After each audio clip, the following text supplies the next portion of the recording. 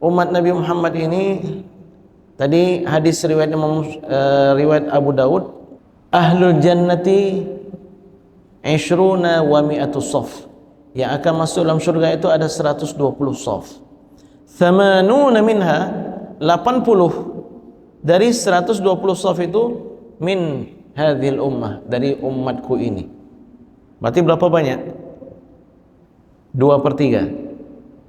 2/3 dari orang yang akan masuk dalam syurga itu ada dari umat Nabi Muhammad SAW. Padahal kata Nabi, perumpamaan kalian dibandingkan dengan umat terdahulu bagaikan bulu-bulu putih yang berada di lembu yang berwarna hitam. Maksudnya apa? Kita ini sebenarnya terlalu sedikit dibandingkan dengan umat yang ada pada masa Nabi Nuh alaihissalam, yang ada pada masa Bani Israel. Nabi dan Rasul kan banyak itu. Ya Rasulullah, berapa jumlah Nabi?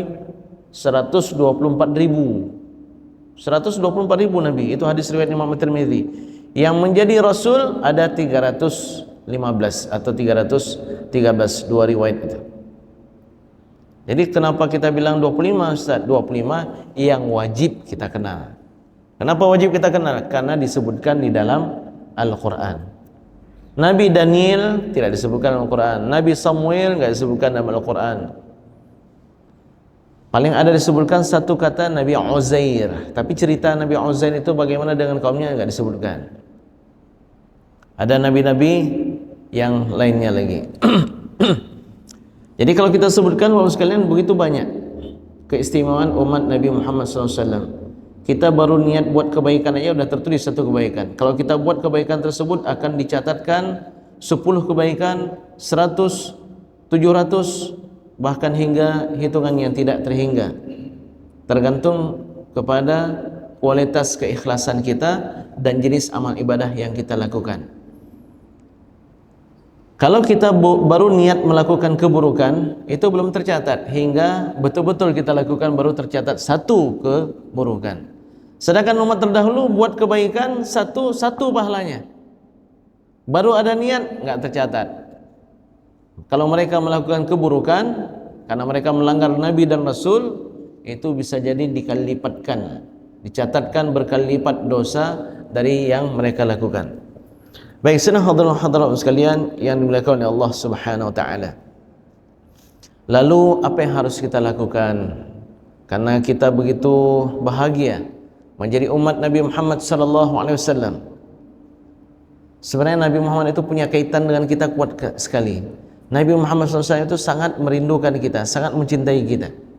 Suatu hari Nabi SAW sedang berada di rumah Sayyidah Aisyah. Sayyidah Aisyah mengatakan, lamma ra'aitun Nabi SAW tayyiban nafs. Ketika aku memperhatikan Nabi suatu hari dalam kondisi baik jiwanya. Ini hadis ini terdapat dalam Sahih Ibnu Hibban. Aku lihat Nabi ceria, aku lihat suatu hari Nabi itu dalam kondisi lapang. Aku mendekati beliau untuk meminta sesuatu. Ya Rasulullah, ud'u Allah li. Ya Rasulullah, minta doalah untuk saya. Lalu Rasulullah sallallahu alaihi wasallam dalam kondisi sedang duduk, Sayyidah Aisyah juga sedang duduk di lantai. Beliau berdoa, Allahumma ighfir li Aisyata. Ya Allah, ampunilah bagi Aisyah. Ma taqaddama min dhanbiha wa ma ta'akhkhara. Dari dosanya ya Rabb, baik yang telah lalu maupun yang akan datang. Ma a'lanat wa ma asarrat. Baik dosa yang dia lakukan secara terang-terangan maupun secara diam-diam. Sayyidah Aisyah sangat gembira. Dalam kondisi duduk itu beliau sampai tertawa, kepalanya itu kena ke lututnya. Berarti gembiranya luar biasa, cerianya ya. Kalau kita biasa mungkin ngantuk ya, kalau anak kecil itu ngantuk yang terantuk kepalanya dengan lantai. Tapi ini Sayyidah Aisyah sangat gembira sampai demikian. Kemudian Nabi bertanya, ayasurruki du'ai ya Aisyah? Apakah engkau bahagia dan gembira dengan doaku wahai Aisyah? Tentu ya Rasulullah. Wallahi, demi Allah wahai Aisyah, innaha la du'ai li ummati fi kulli salah. Sesungguhnya itu adalah doa untuk umatku. Doaku untuk umatku setiap kali aku salat. Jadi kita ini selalu didoakan oleh Rasulullah sallallahu alaihi wasallam, baik dalam kondisi beliau masih hidup ataupun ketika beliau sudah wafat.